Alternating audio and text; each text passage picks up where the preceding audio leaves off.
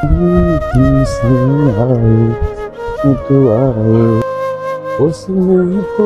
জীবন, বাবা কিছু বলতে চাচ্ছ তুমি?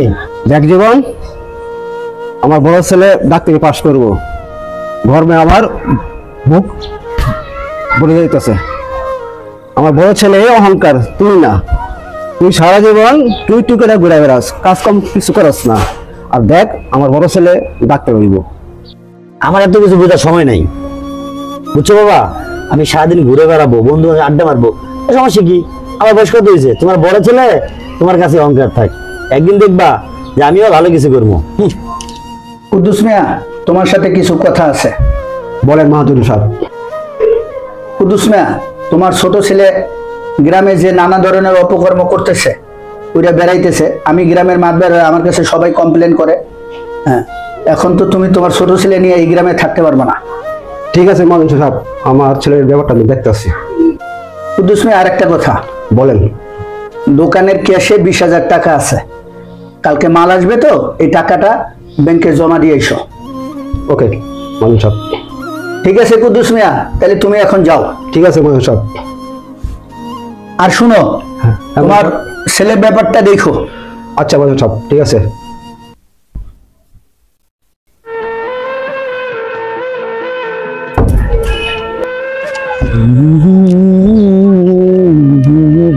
জীবনে দিকে আয়, কিছু বলবা?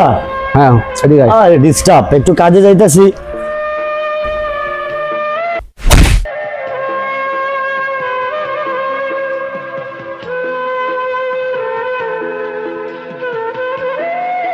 বাবা তুমি মারলা কেন?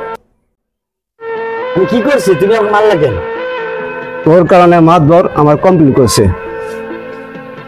মাতবরের কাছে তোর নামে কমপ্লেন করছে, তুই নাকি অমুক বাড়িতে চুরি করস, এটা করস, এটা করস, মানুষের ক্ষতি করস। খাইছিস কি তুই? তোর কারণে মাতবর আমারে বলছে এই গ্রামে থাকা যাবে না। তাই আমি বলছি তোর জন্য চিরদিনের জন্য আমার বাড়ির দরজা বন্ধ। তুই আমার বাড়ি থেকে এখনই বেরো যা। ওকে বাস বাবা, আমার জন্য বাড়িতে বন্ধ থাকলাম না তোমার বাড়িতে, আর কোনোদিনও এ বাড়িতে আসবো না। তবে একদিন বুঝবা তোমার কোন ছেলে তোমার কাছে অহংকার। যা।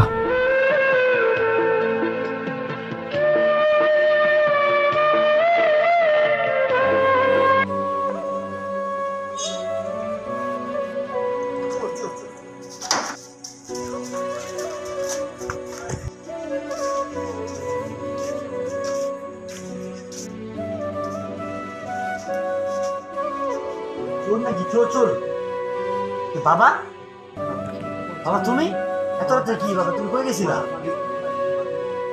বাবা বলো বাবা। বাবা ছেড়ে দে, বাবা ছেড়ে দে, বাবা ছেড়ে দাও। বাবা জীবন, বাবা জীবন তোমাকে ছেড়ে দে বাবা, এটা তোর বড় ভাইয়ের পরীক্ষার টাকা। বাবা তুমি কাজ করো, বাবা তুমি যাও, আমি দেখতেছি ব্যাপারটা। যাও বাবা, তুমি যাও, যাও এবার দিয়ে যাও, এবার দিয়ে যাও।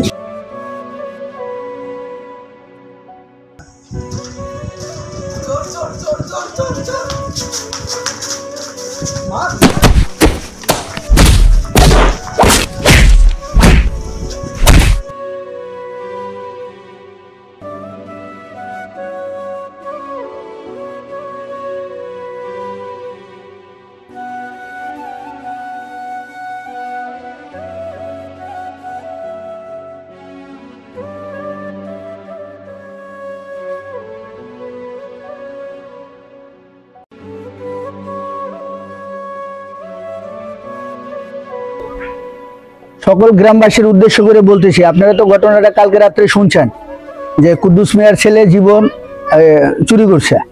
এখন এরকম কুকর্ম ঘটাই চলতেছে। এখন এর বিচার তো আরো কয়েকবার করা হয়েছে। এখন আর কি করব? এখন একটাই উদ্দেশ্য করে বলতে পারি, ওরে কি করব? ওরে কি এই গ্রাম থেকে বের করে দিব? আপনারা সবাই কি বলেন? তাহলে এই কুদ্দুস মিয়ার ছেলে জীবন আর এই গ্রামে আর কোনোদিন আসতে পারবে না। হ্যাঁ, চেয়ারম্যান যা কইছে এটাই ঠিক। চেয়ারম্যান কইছে গ্রাম থেকে বাই করে দিবা, এর আজকে দিনের ভিতরে বাই করে দিবা। এখন বাই করে দাও, গাড়ি ধরে দাও। এটাই ঠিক, এটাই ঠিক, বাই করে দাও গাড়ি ধরে। আরে গ্রাম থেকে তোমরা সবাই বাই করে দাও। এক গাড়ি ধরে বাইরে দাও। প্রস্তুতি পুতে কাটতে তেরো পাই না ওরে গ্রামের বাইরে বাইরে করে দিয়ে যাও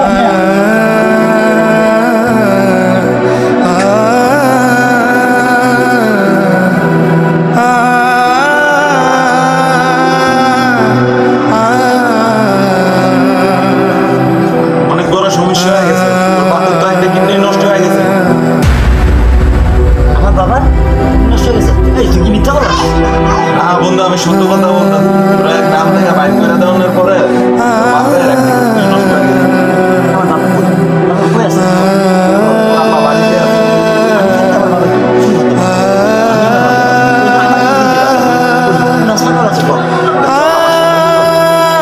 আমাদের পরিবারে বাবা মারা ভাবে যে বড় ছেলেরাই তাদের অহংকার, কিন্তু আমাদের পরিবারে যারা ছোট মেজো ছেলেরা আছে তাদের কথা একবারের জন্য ভাবে না।